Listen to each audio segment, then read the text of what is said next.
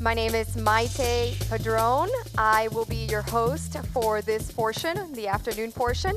I'm the Director of Community Relations for Local 10 News. So definitely want to know about you and hear from you, and so do the panelists, our distinguished panelists and keynote speaker as well. So feel comfortable. We hope we've created a very welcoming and inviting environment for you to ask questions. They have a wonderful expertise and insight to share with all of you. Okay, so I have the pleasure, the distinct honor of introducing you to a very fabulous woman in communication. Her name is Ellen Weiss, and I'll read a portion of her bio for you, and that way you know exactly what she brings to the table, and hopefully you ask many questions of her, and I know she's going to be very happy to answer them. Ellen Weiss has been Chief of Washington Bureau and Vice President of the EW Scripps Company since February 2013. She oversees a multimedia national investigative team, and in 2015 received her 4th Peabody Award for the Under the Radar investigative series exposing problems when convicted military sex offenders return to civilian life. In 2018, she helped launch a new initiative aimed at producing differentiated, in-depth, original investigative, enterprise, and long-form documentaries under the Scripps National News brand, Newsy. Weiss joined Scripps from the Center for Public Integrity, where she was executive editor. She served as Senior Vice President of News at National Public Radio, otherwise known as NPR, until January 2011. And at NPR, she oversaw global expansion of the news, the creation of award-winning programs and news coverage, the creation of an investigative unit, podcasts, and the digital integration of the newsroom. Whoa, she's done a lot. I don't know how you do it.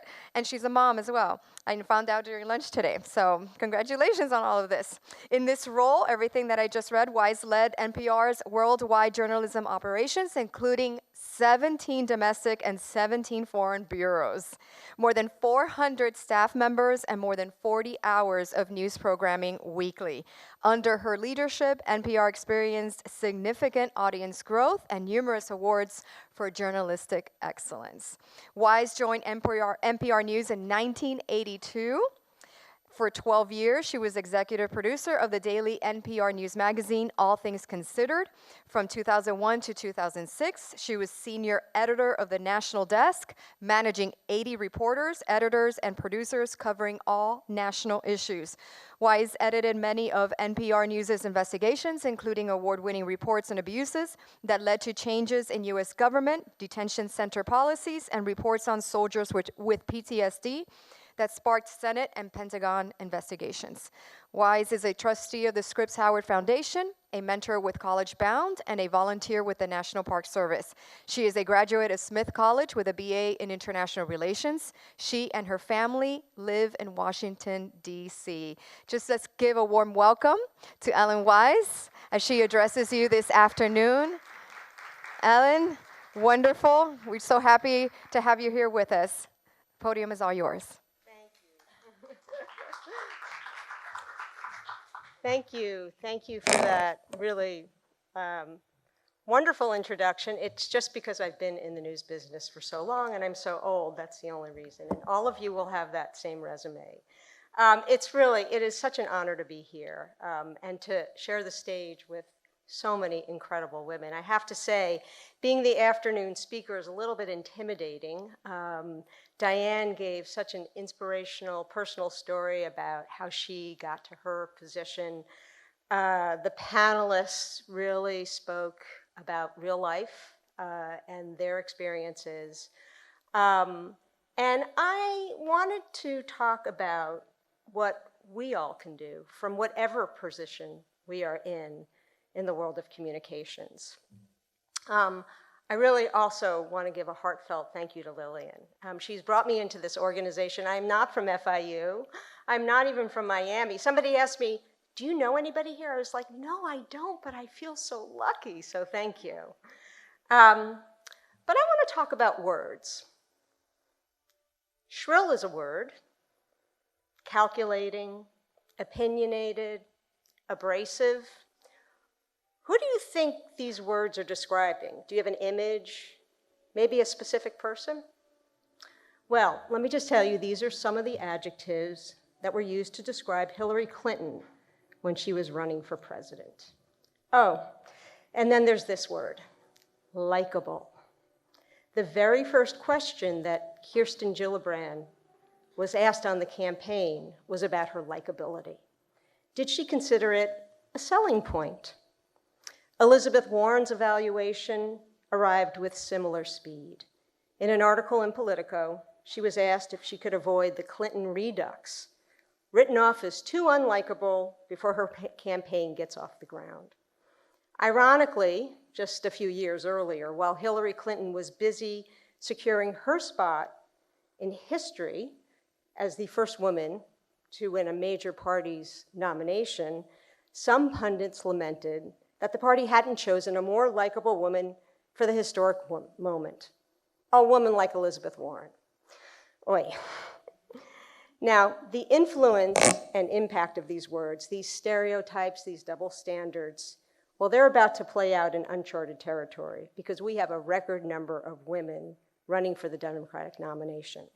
They're all vying to compete against President Trump, who, as we know, has a history of making sexist comments.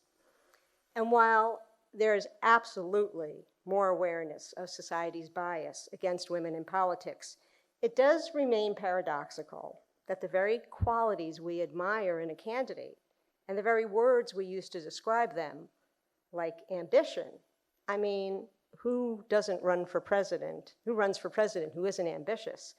Well, when those same words are applied to a female candidate, it's more of a criticism than a compliment. And here's a double whammy. According to Harvard researchers, women tend to be viewed as unlikable based on their ambition. Is this trivial? Should we be spending our time on something more important? I don't think so, because I think we're talking about more than female politicians.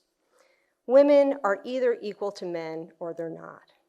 And the sexist words and the sexist ways we use language that goes unchallenged is just one of the many ways we allow inequality, and much worse, frankly, to linger in the corners of our offices and elsewhere.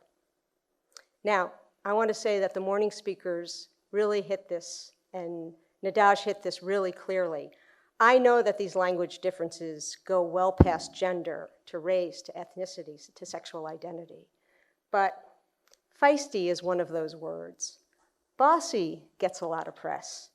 Oh, and as we heard this morning, there's that word, working mother.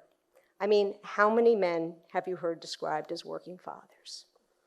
Without really going to the obvious, really awful, insulting words that are uttered or tweeted on a regular basis, these are just some of the words that fly under the radar, and I believe continue to add to a culture that undervalues women. Subtly sexist words about women and girls.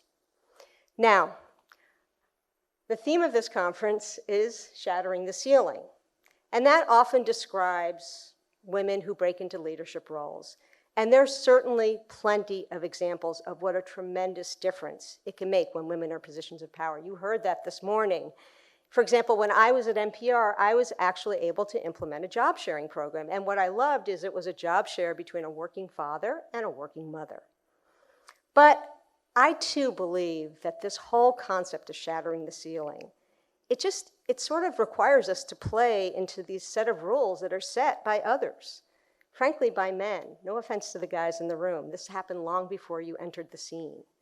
But in order for us to move to the front of their world, in order for us to be elevated to visibility, you have to learn how to master those rules. The workforce that I entered and that a lot of us still function in, it was first designed around men. I mean, we women were allowed in after this framework was set in stone. When they were talking this morning about, how you balance family and work, I mean, that is a question we're asking because we've entered a world where there was an assumption that there was someone home to take care of the kids, right? I could give you a whole other speech about changing the whole culture of where family fits in, but we'll save that for another time. But how do we in this room begin to shatter not just the ceiling, but that culture? Well, I think that one place to start is in the words we use to communicate about women. But let me give you a little bit of my backstory, and I'm going to go way back because I think there's things that you need to know about me before I ever entered a newsroom. So first of all, I'm the youngest of four. I have two brothers, a sister, then me. And for those of you, who else is, anybody the youngest in their family? All right, this is going to sound really familiar. So I spent a childhood wanting to do whatever my siblings did when they were doing it. So as the story goes, I was 6 months old, I was sitting in my high chair, my mother tried to give me a bottle, I threw it down because of course, everybody else was drinking from a glass, I needed to drink from a glass. And that's pretty much how things went for the next 20 years. You know, when you're the youngest, a strategy for survival is finding your voice, holding your ground, and maybe being a little stubborn. Yes, the word I associate with me is, in those formative days, is stubborn. So number two, also as the youngest of four, I entered third grade in 1967, just as my mom decided to enter the workforce. And let me say, the workforce outside the home. That made me one of 3 kids in my elementary school to eat lunch at home. But it also made my mom a living model of the women's movement exploding across the nation.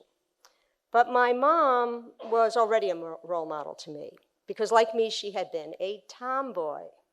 I took that word as a compliment until my father told me I should let the boys win when I played against them. But because I was stubborn, I didn't. Number 3, I attended Smith College, a women's college, not, as my father used to torture me, a girls' school. But my decision to attend Smith really had nothing to do with it being a single-sex institution. I just fell in love with it when I visited. I have to say, though, the impact of being surrounded by women who were the best scientists, economists, philosophers, historians, and athletes was profound. I left college having seen women at the top of their fields, and I expected nothing less from myself. So you can only imagine my delight when I walked into NPR 6 months after graduating from college for what was supposed to be a 2-week job, and found a woman leading the newsroom, women covering Congress and the Supreme Court, and the first woman ever to host a national evening news show. I hit the jackpot. I mean, I was really lucky. By the time I was 22, I had been surrounded by a lot of badass women. So I knew that these women at NPR and so many others had paved the way for someone like me to arrive on the scene in 1982, filled with ambition and devoid of any experiences. But what I was about to learn were some very uncomfortable and competing truths. It was true that many women were in powerful and important jobs at NPR, jobs that really weren't available to them in the commercial media. It was also true that NPR salaries were so low, it couldn't attract the men. It was true that these women were covering Capitol Hill and the Supreme Court. It was also true that sexual harassment was a regular, expected occurrence. Some of my earliest memories at NPR were of listening to these women speak casually about being groped in the Senate elevator or propositioned across a congressman's desk. And the message was clear. It's just part of the job. And when my time comes, I should just deal with it. I took that message to heart, as did many in my generation. Most of us didn't complain or even think of complaining. I think if we heard Diane this morning, that's probably because we were working so hard, right? We just dealt with it in whatever way worked. We didn't have the when no means no lesson that's so common today. There were no sexual harassment training modules for managers or much talk at all. We rolled our eyes, maybe shared a comment or an awkward laugh about one guy or another in the ladies' room, and we just dealt with it. Now, to be honest, I don't have any horror stories. I've never been assaulted, nearly assaulted, or harassed in that way at all. Sometimes I wonder if I unknowingly had, and frankly still have, a "don't F with me" sign on my forehead, or what I've come to learn is a resting bitch face. But whatever the reason, I got out pretty easy. So none of those kinds of horror stories. But I have to say these past few years of Me Too have cast me back to examine what else was going on, and more so, what is still going on, and what I have and haven't done about it, and again, what we, women in communications, have in our power to change. Now, I have had the honor of being the first woman in just about every one of those jobs you heard described. And sure, I've had my fair share of fighting the office bullies, male and female. But honestly, how many times when I heard the editor refer to the girls, meaning the most experienced women, did I actually interrupt and say, that's not cool? How many times did I step in when I heard a guy take credit for an idea of a female colleague? I'm not sure. In one newsroom, it was common to refer to the area where some of the most accomplished female reporters sat as the fallopian jungle. Oh my God, right? That sounds so terrible to say now. Flying here yesterday, I read a piece in the New York Times by the columnist Jennifer Senior. Maybe some of you saw it. It was titled, "What We're Not Talking About When We're Talking About Joe Biden." And basically, she was raising this issue of the subtler, not yet physical biases, but the language biases so many women still face today. Because here's the truth, she writes. Some of the women have Me Too stories, but most of the women I know have stories about feeling dismissed, invisible, less than. Wow, it's like she was reading my mind or my speech. Even today, I have to admit, before I walk into a meeting, I first ask myself, what kind of woman am I going to be in that room today? Am I going to be bossy? Am I going to be bitchy? I know these labels. Will I use my knowledge, my confidence, my experience, my voice, and forget about the labels? I hope so, but I know I ask this question all the time still. Now, make no mistake about it. I'm not saying that women don't exhibit crummy or deplorable behavior. We do, sometimes even towards each other. It's just that women still don't really get passes for even the smallest infractions, while men tend to get passes for the worst.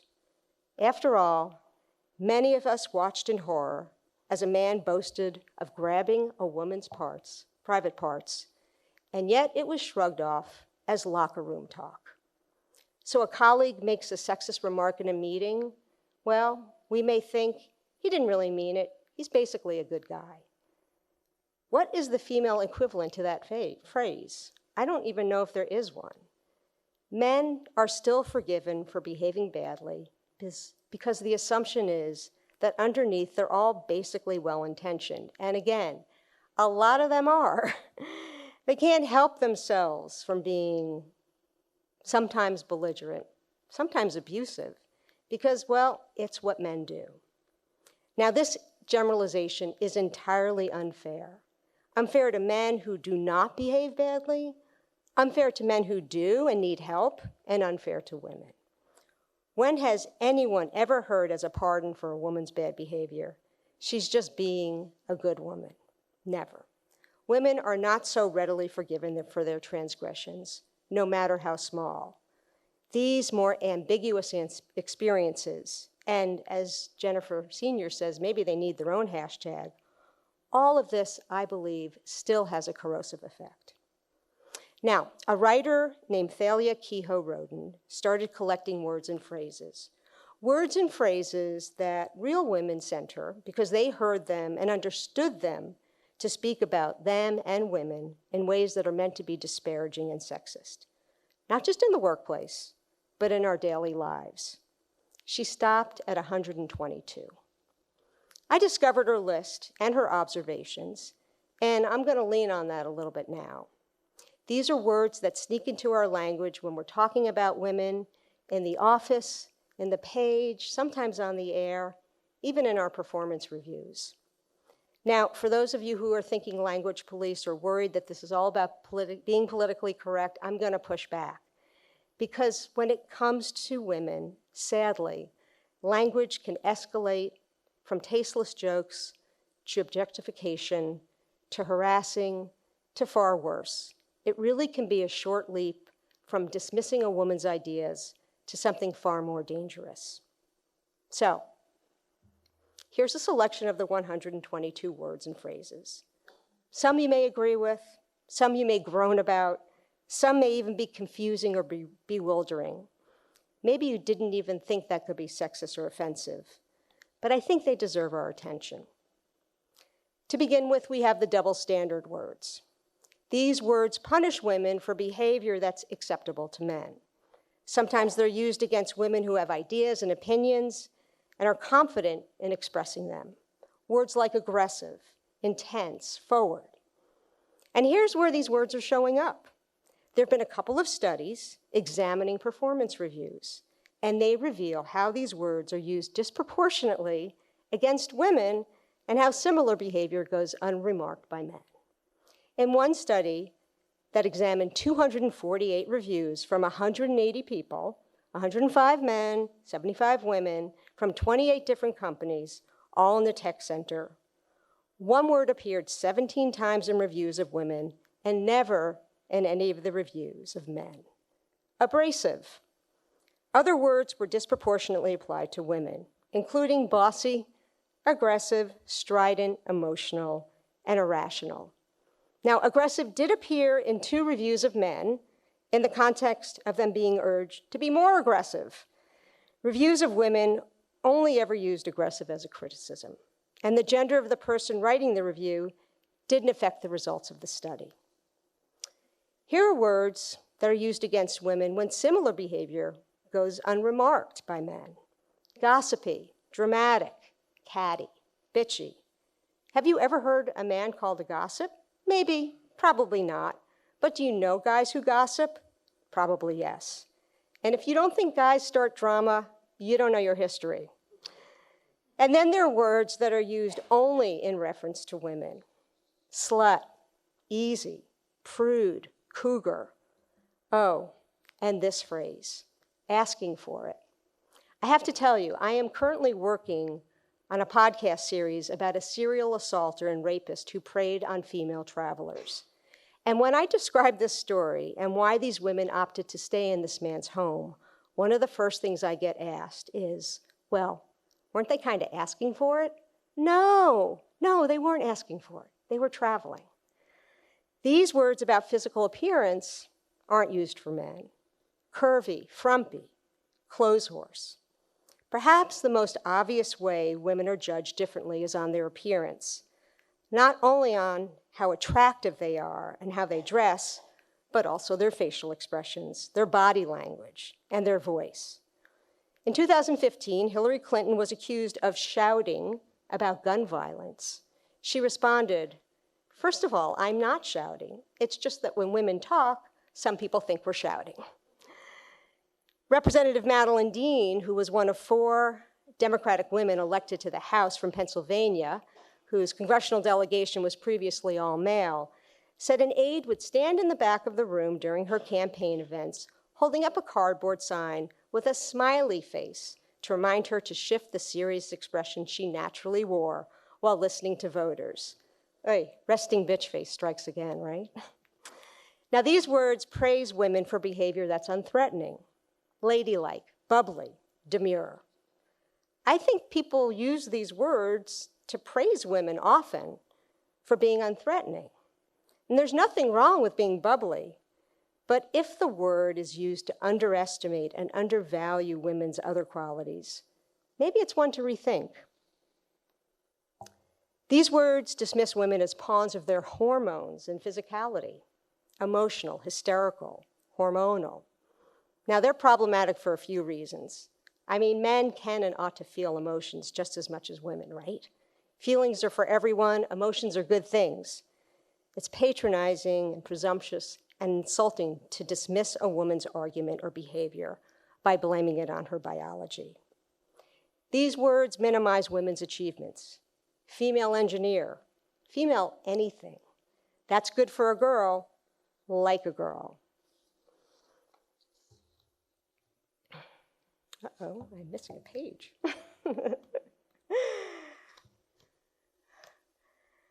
These words pit women against one another.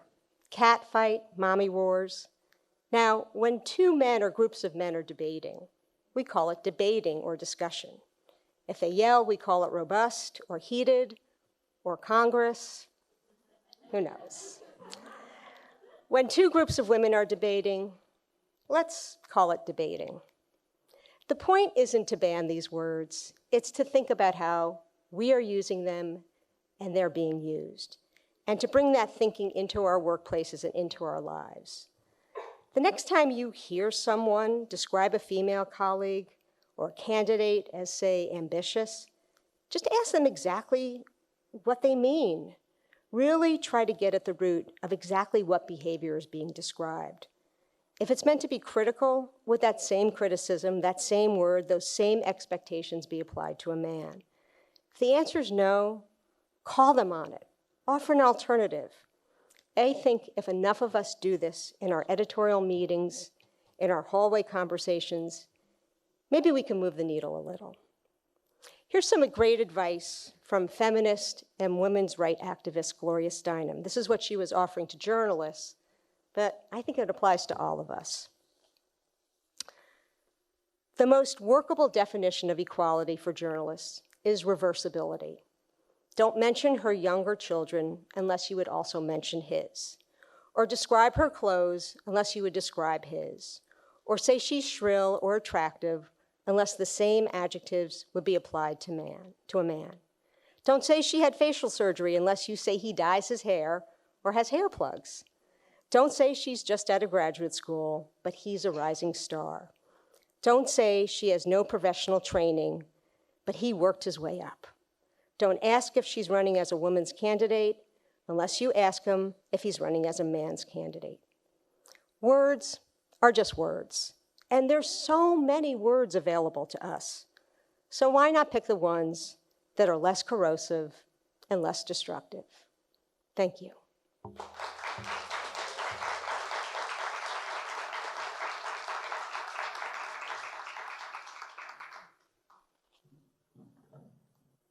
I have tips too, but.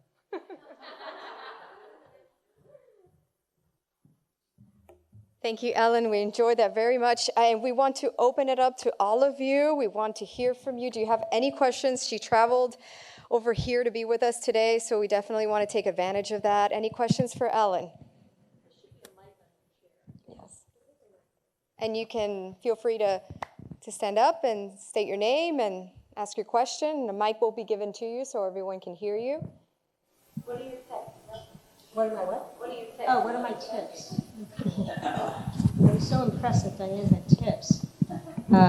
This on? Yeah, okay. So tip number one, I completely agree. Writing is the most important skill you can have, bar none. It doesn't matter what business you want to go into. Mm-hmm.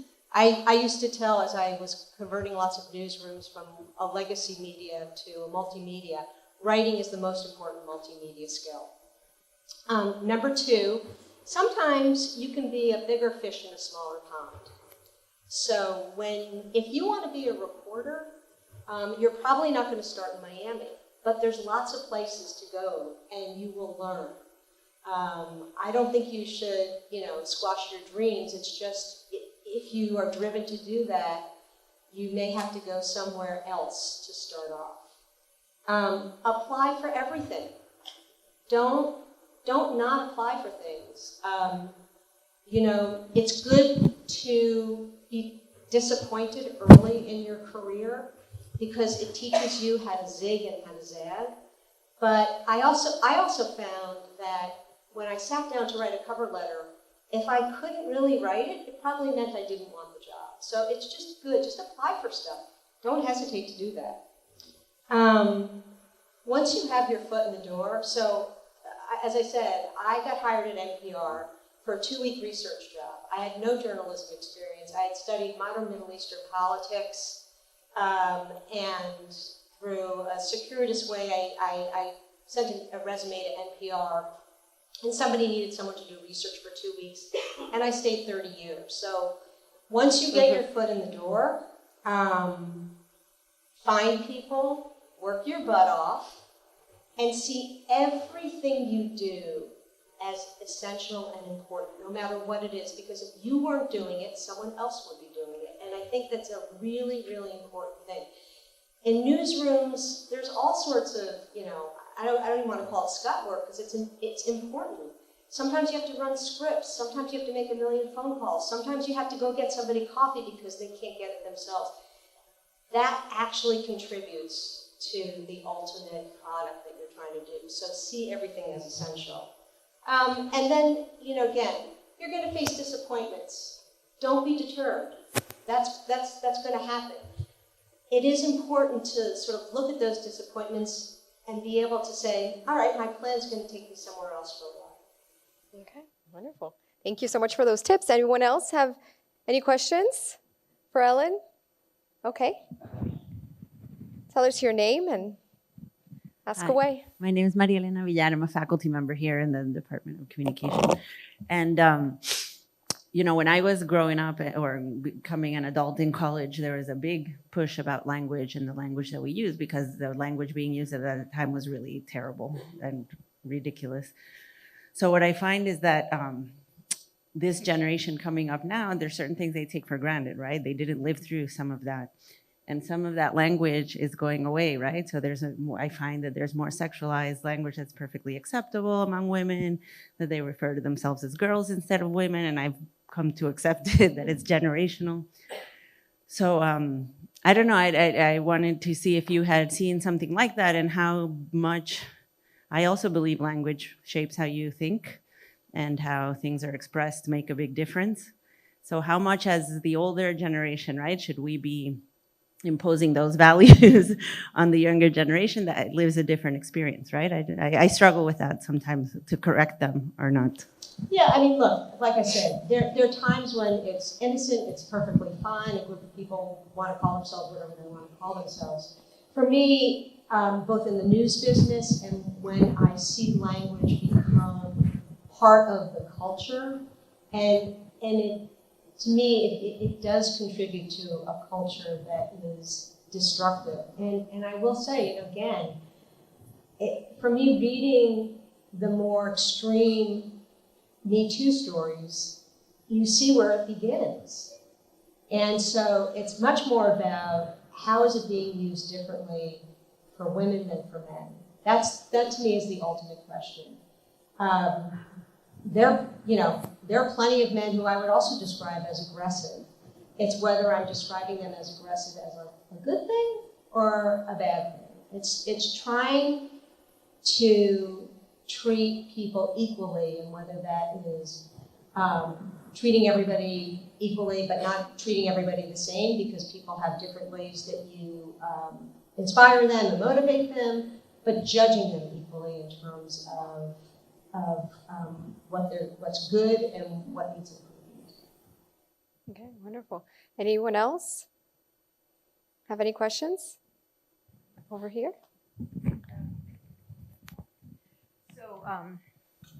So I grew up, I'm in my 60s, so I grew up in the era of when I was in my 20s with the feminist movement, and I really felt like something big was going to happen. Like I felt like the generations after me were going to be so much better. But now I look at the Girls Gone Wild, the Kardashians, all those housewife shows, and I'm really disappointed. It feels like it didn't really make a difference. Like the movement sort of became sleepy. As a journalist, what do you? Yeah. Well, I'll stick to the journalism side. But how many of you have heard of a woman named Betty Friedan? A couple. Okay. So Betty Friedan wrote a really important book at the beginning of the women's movement called The Feminine Mystique. And basically, she blew up the idea that women were really happy being housewives and staying at home and not really seeking education and not working. She was like, that's just not true. And that was in 1964. And then for the next 20 years, women broke through in places they had never been allowed before, whether it was through education or whether it was workplaces. When I entered the workforce, women were lawyers, women were doctors. That was all normal. But But she said, again, it's not good enough that we've broken in. It's what we're going to do when we're in there. And she wrote a second book called The Second Stage. And it really was, again, about taking some of these cultural things that define us and define the workplace and trying to rethink that whole structure. It was much more radical. Actually, a lot of feminists really hated it. But I think, again, when I hear a group of women up here who are younger than me for the most part, all of them, going through the same struggles of work-life balance and how do you have it all, I think we have a long way to go. I think we kind of got complacent. I agree. And I don't have any judgment about what a woman chooses to do, whether it's the Kardashians or whatever. I just want to make sure they have a choice. That's really the important thing to me. And that choice is not dictated by trying to fit into a structure that makes no sense. So, I don't know what the analysis would be of, how that program evolved, or was that the only way that they could get into TV? Would there be something, would somebody who had a different idea that wasn't maybe so destructive in some ways about the image of women and the image of families and the image of power? I mean, would that be, do they only have one door to go through? I don't know. I think Mm-hmm. I mean, I remember when I was growing up, we would call an adult woman a girl, and that was like the tough, you're talking about words. So I took that word girl out of my vocabulary, referring to a 20-something, a 30-something. I hear it all the time, now, and it's like, whatever happened? I thought we were, doing so much better.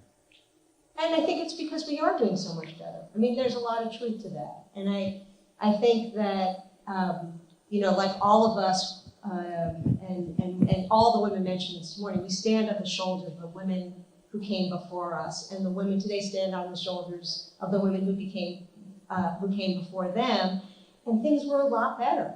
They were better. It's just that there's still a lot of work to do, I think. Any other questions? We do. Okay, so how about a gentleman? We haven't heard from a gentleman. So, gentleman over here has a question. Okay, thank you for this excellent presentation. My name is Mel Kudlo. I'm from Haiti.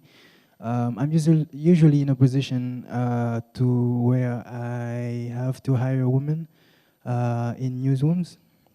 So sometimes you have to, not only women, but men that you hire as well, don't live up, don't rise up to the expectation. I'm very interested in the choice of words. How do you talk to people with regard to, you don't want to disrespect people, but at the same time, you need to talk to people in a manner where they can grow. So I'm curious, do you have any advice on this? When you have to be frank, how do you talk to people in a manner that is respectful, but frank at the same time? Well, the first thing, and it's as somebody who's made every possible mistake you could make in management and leadership, I think the first thing is to try to take the personal out, right? It's not personal. And to challenge you yourself also to say, okay, I need to articulate to this person where they aren't meeting expectations. Be specific about the things that I think need improvement. Make it clear to them, I want them to improve, and I'm interested in helping them get there if they are. I mean, if you're having this conversation with somebody and it's not somebody that you want to fire, but it's somebody that you want to help grow, then you need to clearly articulate where things aren't working, You need to clearly articulate where you want them to get, and you need to clearly articulate how you're going to help get them there. And I think if you stick to that, people will feel that you've been honest with them, that you have been specific with them so that it's not one of these, well, you know, I don't really think you're working out kind of thing, which is very hard. But also that you've got a plan. You've got a plan, and if they want to improve, you're willing to help them improve. And to me, and I've had some really difficult conversations with people, to me that puts the question on them. Do you want to improve? If you want to improve, I want to help you. If you don't want to improve, then we can have a different conversation. But it basically says, you know, it's my job to set the standards. But now I'm giving you a choice. And if you want to improve, I'm here to help you. And I think that sometimes helps when you kind of change the dynamic a little bit and make it more. Now the question is to you, what would you like to do? Okay. I think we had one more question over here. We have time for one more before we move on to the panel. Thank you. Hi. So it's actually great that he went first because mine is kind of the opposite end of that question. So you mentioned calling out somebody when they choose words that could be offensive or derogatory towards women. However, I want to know how you would approach the situation when it's a person in upper management that it can be extremely intimidating for you to come forward and say what you said. I didn't think that it was correct. So sometimes I may or may not do it in the moment. And I totally understand that I'm coming at it from a much higher level. But even then, I will sometimes go to another female leader and say, I'm struggling with this. I want to figure out how to talk to someone about this. Or I think this is a bigger issue, and I want to talk. I want to raise this at a higher level, and I've done both. Sometimes I'll just go up to the person afterwards and say, look, can you stop calling women girls? And I'll say, honestly, it doesn't reflect well on you. I know that's not the kind of leader that you are. I know you've given women incredible opportunities, but when you say that, it sends the wrong signal to the people around you. And so I'll try to do it in a way that isn't just, I think you're being a jerk, unless I do think they're being a jerk. But the people I work with, I personally, I start from a position of assuming the best in someone. It's just less stressful and easier. But if then they push back at me, I will, I'll let my full female leader come out. But I find that, if you approach it in a way that says it's reflecting badly on you, and that's not who you want to be, that's the way to do it. I will say, I had a couple of I had an investigative reporter I worked with for years and years. And she told me a story about a source. She had been meeting with the source was going to give her these documents, she really needed them. And she went to meet him, and of course, he said, from meeting at the restaurant to come up to my room, and more things. And she did not know what to do in that moment. She wanted those documents. I mean, like she needed them. And I said to her, if I had been there and I had my wits about it, I would have said to him, I'm going to do you a big favor. Because I'm going to tell you that what you're doing is really bad. And if you're doing it to me, you're doing it to other women. And your life is going to get ruined at some point because you're doing this. So you should stop. I'm going to give you a pass, but I'm doing you the biggest favor of your life because you can't do that and you're going to get in trouble and your life's going to get ruined. So you have to figure out, what your strategy is. But I do think there's a way of talking to people even above you. And also not being afraid. Also not being afraid if you feel that it's consistently bad behavior actually to go to your HR department. I mean, I think that that's totally appropriate. And I've had a lot of those situations in the office. And again, sometimes it's just sitting down with someone and saying, look, maybe you don't understand that person's religion. Maybe you don't understand that person's culture. But you should be making judgments and saying things the way you're saying them because it's insulting. Thank you. All right, perfect. So that will lead us right into our panel discussion. And thank you so much, Ellen, for just being here with us. We really appreciate it, and we certainly appreciate your invaluable insight and all your years of experience. Thank you so much for that, for sharing all of that with us.